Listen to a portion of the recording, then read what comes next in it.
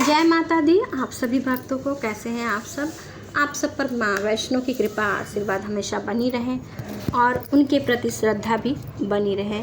अगर आप सब ये पाठ ध्यान पूर्वक सुनेंगे तो आपके सामने सब प्रकार की चिंताएं बाधाएं दूर होगी और माता की कृपा हमेशा बनी रहेगी।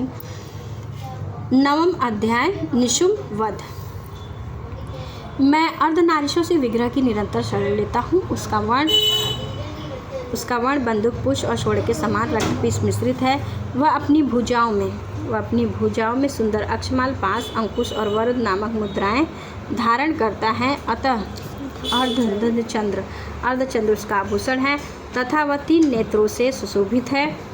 राजन ने कहा, भगवान आपने रक्तबीज के वध से संबंध रखने वाला देवी का यह अद्भुत चरित्र महात्म्य मुझे बतलाया। अब रक्तबीज के मारे जाने पर अत्यंत क्रोध में भरे शुंभ निशुम्भ ने जो कार्य किया, मैं उसको सुनना चाहता हूँ।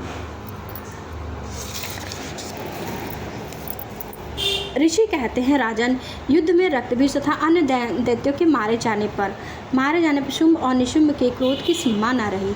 अपनी विशाल सेना को इस प्रकार मारी जाती देख निशुम्भ अमर्ष में भरकर देवी की ओर दौड़ा और उसके साथ असुरों की प्रधान सेना भी थी। उसके आगे पीछे तथा पासारों भाग में बड़े बड़े असुर थे जो क्रोध से ओट चबाते हुए देवी को मार डालने के लिए उद्योग कर रहे थे। महाप्रतापी शुंभ भी अपनी सेनाओं के साथ, मातृगणों के साथ युद्ध करके क्रोधवश चंडिका को मारने के लिए आ पहुंचा। तब देवी के साथ शुंभ और निशुम्भ का घोर संग्राम छिड़ गया।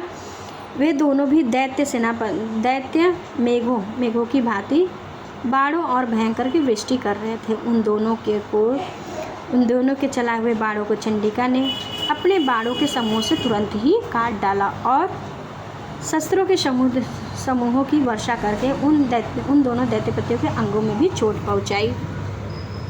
निशुम्भ ने तीखी तलवार और चमकती हुई ढाल लेकर देवी के श्रेष्ठ वाहन सिंह के मस्तक पर प्रहार किया और अपने वाहन को चोट पहुंचाने पर देवी ने क्षुप्र नामक बाण से निशुम्भ की श्रेष्ठ तलवार को तुरंत ही काट डाला और उसकी ढाल और तलवार को भी, जिसमें आंट चांट जड़े थे, खंड खंड कर डाला। ढाल और तलवार के कट जाने पर उस असुर ने शक्ति चलाई, किंतु सामने आने पर देवी ने चक्र से उसके भी 2 टुकड़े कर डाले। अब तो निशुम्भ की क्रोध से जल उठा। उस दानव ने देवी को मारने के लिए सूल उठाया, किंतु देवी के समीप आने पर उसे मुक्के से मारकर चूर्ण कर दिया। तब उसने गदा घुमाकर चंडी के ऊपर चलाई, परंतु वह भी देवी के त्रिशूल से कटकर भस्म हो गई। तदंतरम दैत्यराज शुंभ को फारस हाथ में लेकर आता हुआ देख देवी ने बाण समूह से उसे घायल करके धरती पर सुला दिया। उस भयंकर पराक्रमी भाई निशुम्भ के धराशायी हो जाने पर शुंभ को बड़ा ही क्रोध हुआ और वह अंबिका का वध करने के लिए वह आगे बढ़ा। रथ पर बैठे ही उत्तम आयुधों से सुशोभित अपनी बड़ी बड़ी 8 भुजाओं को अनुपम भुजाओं में समूचे आकाश में ढककर अद्भुत शोभा पाने लगा और उसे आते देख देवी ने शंख बजाया और धनुष की प्रत्यंचा भी अत्यंत दुस्सहाय शब्द किया। साथ ही अपने घंटे के शब्द से जो समस्त दैत्य सैनिकों के तेज को नष्ट करने वाला था, संपूर्ण दिशाओं को व्याप्त कर दिया। तदंतरम सिंह ने भी अपनी दहाड़ से, जिसे सुनकर बड़े बड़े गजराजों का महान मद दूर हो जाता है, आकाश और पृथ्वी और 10 दिशाओं को गुंजा दिया।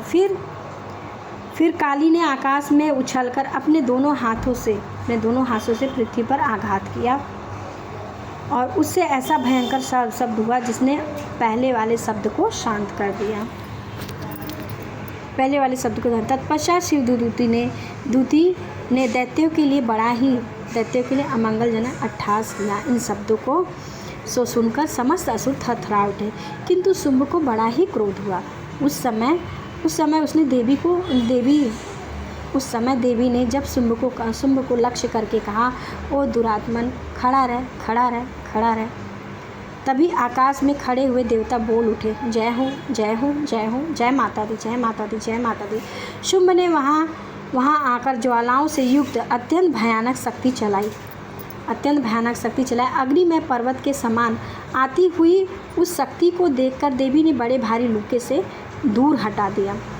उस समय शुंभ के सिंहनाद से तीनों लोग गूंज उठे। राजन, उसकी प्रतिध्वनि वज्रपात के समान भयानक शब्द हुआ, जिसने अन्य शब्दों को जीत लिया। शुंभ के चलाए हुए बाणों को देवी ने, और देवी के चलाए हुए बाणों को शुंभ ने अपने भयंकर बाणों द्वारा सैकड़ों और हजारों टुकड़े कर डाले। तब क्रोध में भरी हुई चंडिका ने शुंभ को शूल मारा और उसके आघात से मूर्छित होकर वह पृथ्वी पर गिर पड़ा। इतने में निशुंभ को चेतना आई और उसने धनुष हाथ में लेकर बाणों द्वारा देवी काली और सिंह को घायल कर डाला।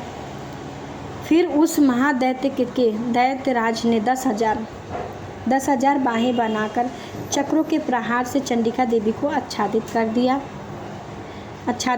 तब दुर्गम पीड़ा का नाश करने वाली भगवती दुर्गा ने कुपित होकर अपने बाणों से उन चक्रों द्वारा बाणों को काट डाला।